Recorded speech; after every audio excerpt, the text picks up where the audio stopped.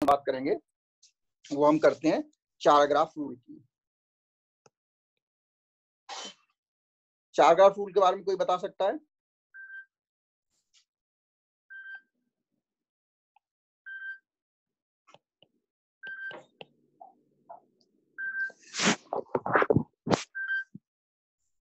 कोई बता सकता है चार ग्राफ रूल के बारे में? अपना हाथ उठाओ तो मैं बताऊं। तो एडेनिन थायमिन से पेयर करती है, ग्वानिन साइटोसिन से पेयर करती है। ये प्रूव करते हैं कि दोनों स्ट्रैंड क्या है, कॉम्प्लीमेंट्री है। मीन कि अगर आपको एक स्ट्रैंड की सीक्वेंस पता है तो आप दूसरे स्ट्रैंड के सीक्वेंस के बारे में बता सकते हैं कि अगर एक में क्या क्या सीक्वेंस है, दूसरे को आइडेंटिफाई कर सकते हैं। अब चार ग्राफ ने कहा क्या था वो चीज देखिए। जैसे ये तो ठीक है कि adenine pair with thymine and guanine pair with cytosine, ये बराबर का निशान है या पेयर का निशान है, इक्वल। ठीक है, बॉन्ड नहीं है। ध्यान रखिए, कई बार इसको लोग बॉन्ड कंफ्यूज करते हैं। ये यहाँ पर कौन सा बॉन्ड होता है? Hydrogen bond. कोवेलेंट बॉन्ड नहीं होता है, जैसे लग रहा है कि बॉन्ड कोवेलेंट बॉन्ड हो। ये हाइड्रोजन बॉन्ड होता है बेसिकली, जिसको हम किससे रिप्रेजेंट, डॉट से रिप्रेजेंट करते हैं, तो वीक बॉन्ड होता है ना। तो अगर मैं ये कहूं A plus G equal to T plus C, ये पॉसिबल है नहीं? मैं आपके माइक ऑन कर रहा हूँ।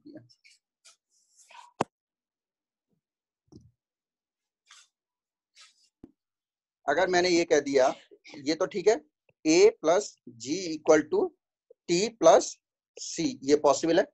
ठीक है, दूसरा ये कर दिया A plus C equal to G plus T, ये हो सकता है नहीं हो सकता? ये पॉसिबल है कि नहीं? No sir. क्यों? क्योंकि एक साइड ये भी पॉसिबल है, ऐसा नहीं है कि पूरी ने प्रिमिडी नहीं होना चाहिए। हमें कॉम्प्लीमेंट्री, यानी अगर एक स्टैंड में ये पता है A और C है, तो दूसरे ने पता है A के सामने क्या होगा, T होगा, C के सामने क्या होगा, G होगा। ठीक है ना। लेकिन तीसरा कॉम्बिनेशन अगर मैं बताता हूं, A plus T equal to G plus C, अब बताइए पॉसिबल है या नहीं? माइक खोल लिया करिए आप जब बोलते हैं तो। नो सर, ये पॉसिबल नो सर। अब ये क्यों नहीं पॉसिबल है? क्योंकि एडेनिन पेयर करेगा थायमिन के साथ, एडेनिन पेयर करेगा थायमिन के साथ, ग्वानिन पेयर करेगा साइटोसिन के के साथ, साथ। यानी इट इज नेवर इक्वल। हम A plus T never equal to G plus C। ठीक है ना। ये जो है, अगर मैं ये भी कह सकता हूं कि अगर एक कॉम्प्लीमेंट्री स्ट्रैंड है जिसपे हमें ये पता है कि A T है, तो दूसरा जो स्ट्रैंड है उसमें G और C होंगे, हम इसके बारे में बता नहीं सकते। क्योंकि एक अगर A पता होता तो हम बता सकते सामने T है, और G होता तो हम बता सकते सामने C है, या वाइस वर्सा। बट अगर A और T की मात्रा पता है हमें किसी डीएनए सॉल्यूशन में या डीएनए स्ट्रक्चर में, तो हम उस A और T के आधार पे हम G और C को आइडेंटिफाई नहीं कर सकते हैं। ठीक है ना। तो इसी चीज को चार ग्राफ ने क्या कहा, उसने कि A plus T never equal to G plus C, यानी चार ग्राफ रूल क्या हो गया, A plus T never equal to G plus C। ठीक है ना, यानी ये बराबर नहीं होगा, इसी को चार ग्राफ रूल कहा था। अभी हम इस पर कुछ न्यूमेरिकल भी करेंगे, फिर स्ट्रक्चर वापस आएंगे।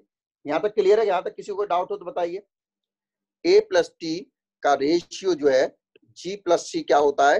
ये होता है आपका 0.6 अनुपात 1, यानी यहाँ क्या ज्यादा है, G प्लस C ज्यादा है। वहीं अगर ह्यूमन की बात करें हम, तो ये रेशियो यहाँ पर हो जाता है 1.6 अनुपात 1,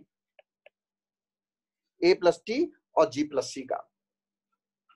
यानी ये जो रेशियो है, आप एक चीज देख रहे हैं कि अगर इवोल्यूशन की बात करें तो ह्यूमन हमारा, अगर आज की कंडीशन में है तो इंसान हमारे टॉप पे है, सबसे ऊपर है।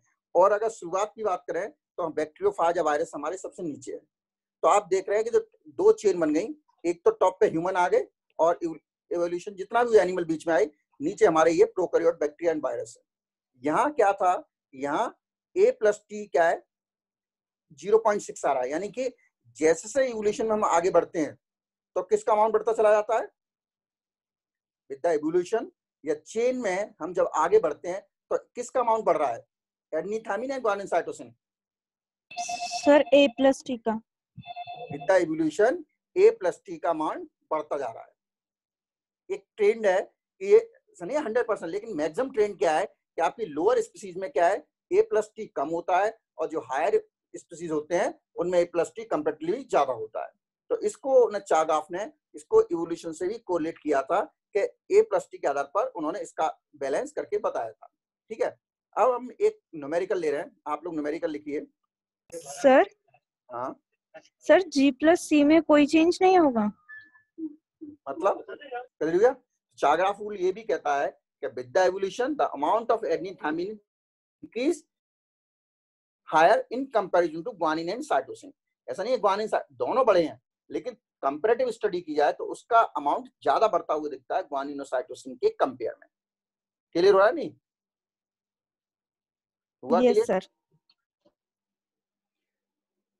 30% adenine, calculate the number of या percentage of guanine, cytosine and thymine। Calculate करिए आप लोग। अब यहां निकाल ही चुके थे, ये क्या है तो ए बराबर टी होता है, हमें ये पता है चार रूल्स हैं। तो अगर एडेनिन 30 है तो इसका थायमिन भी 30 होगा, यानी ये दोनों 60 प्लस ग्वानिन प्लस साइटोसिन बराबर 100 हो गया। ग्वानिन प्लस साइटोसिन बराबर 100, ग्वानिन प्लस साइटोसिन बराबर 100 माइनस 60। अब यहाँ भी क्या है, ग्वानिन और साइटोसिन बराबर होते हैं, तो यहाँ कितना बचा 40 हो गया, 20 20 तो ग्वानिन भी 20 और साइटोसिन भी 20, थायमिन 30 और एडेनिन तो दिया हुआ था। Okay sir.